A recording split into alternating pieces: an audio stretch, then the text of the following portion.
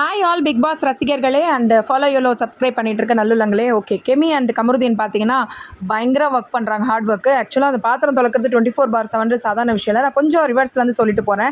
இப்போ நடந்துட்டு இருக்க விஷயங்களை கலந்து புரணி பேசுறதுக்குன்னு உள்ளே போயிட்டு பண்ணிட்டு இருக்காங்க. அதே மாதிரி இவர் வெளியில் வந்து சர்வ் பண்ணுறன்ற சாக்கில் வந்து தீபக் கிட்டேயும் மஞ்சரி கிட்டேயும் வாத்து மேலான் வந்து ப்ரோக்ராம், அதாவது அவரோட பராக்கிரமங்கள்லாம் சொல்லிட்டு இருந்தார். அவர் வேலையை கரெக்டாக செய்யாமல் மற்றவங்களாம் சர்வ் பண்ணியிருந்தாங்க. இந்த பராக்கிரமம்லாம் சொல்லிட்டு இருக்கனால சபரி பயங்கர டென்ஷன் ஆகி அவர் ஸ்டாச்சுவாக இருக்க போதே அதை பற்றி ரியாக்ட் பண்ணியிருந்தாங்க. தீபக் சரியான சுலுக்கு கொடுத்தாரு.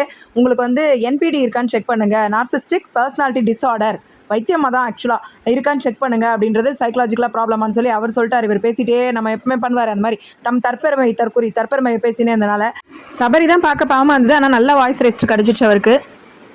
நம்ம பார்வை வந்து தூக்கலாமா இல்லை வந்து இந்த பொண்ணு திவ்யாவை எடுத்துடலாமான்னு சொல்லி வைக்கும்போது பார்வை ரிட்டைன் பண்ணிக்கிட்டு திவ்யாவை தூக்கிட்டு விக்ரம் விக்கிள்ஸை வந்து ஃபிக்ஸ் பண்ணிட்டாங்க. ஒரே ஹாப்பி. இந்தமா இதுக்கப்புறம் தான் அந்தமா ப்ராப்பராக இன்வால்வ் ஆகி ஒர்க் பண்ணாங்க. கமருதீன் சூப்பராக போர்ட்ரேட்டே வரைகிறாருன்ற டேலண்ட் தெரிய வந்தது. அப்புறம் அமித் வந்து என்டர்டைன்மெண்ட் மேனேஜர் ஆகிட்டாங்க. அப்புறம் இவங்க 3 பேரை சேர்ந்து ஸ்டார்ஸ் எல்லாம் டிஸ்ட்ரிபியூட் பண்ணாங்க. இப்போதைக்கு நம்ம சுபிக்ஷா, அதுக்கப்புறம் வியானா அண்ட் தென் பிரவீன் வாங்கியிருக்காங்க ஸ்டார்ஸு. போனது அப்புறமா பார்க்கலாம். நிறைய வந்து விஷயங்கள் அப்படியே உள்ளுக்குள்ளே சுவாரஸ்யமாக நடந்துட்டு இருக்கும்போது பார்வதி எப்பயும் போல் மின்சார கண்ணா பாட்டுக்கு பாடணும்னு எல்லாரையும் கண்ட்ரோல் பண்ணி இந்த அம்மா மட்டும் டான்ஸுக்கு பர்ஃபார்ம் பண்ணாங்க. வாத்து மேலான எங்கெல்லாம் சான்ஸ் கிடைக்குதோ அங்கெல்லாம் வந்து தன் பர்ஃபார்மன்ஸை காமிக்கணும்னு பண்ணியிருந்தாங்க. இவங்க 2 பேர் காம்பினேஷன் செந்தில் கவுண்டமணி மாதிரி இருக்குதுன்றது லைட்டாக பிரியங்கா ஓரளவுக்கு 85% சொல்லிட்டாங்க உள்ளுக்குள்ளேயே.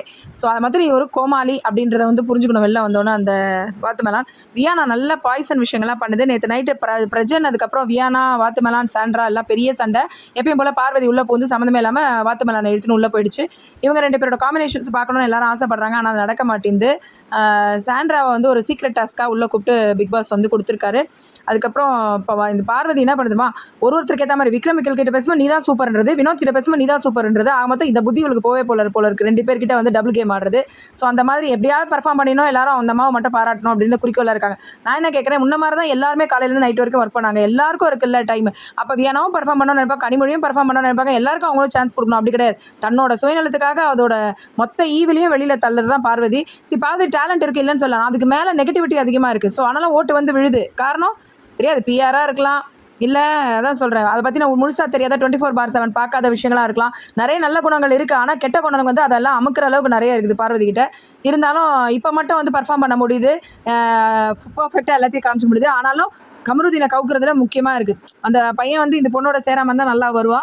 பொண்ணை அள வச்சுட்டாங்க பாவம் திவ்யாவை ஒரு வழியாக. சப்ஸ்கிரைப் அண்ட் லைக் ப்ளீஸ், எங்களுக்கு ரொம்ப சப்போர்ட்டிவாக இருக்கும். தேங்க்யூ.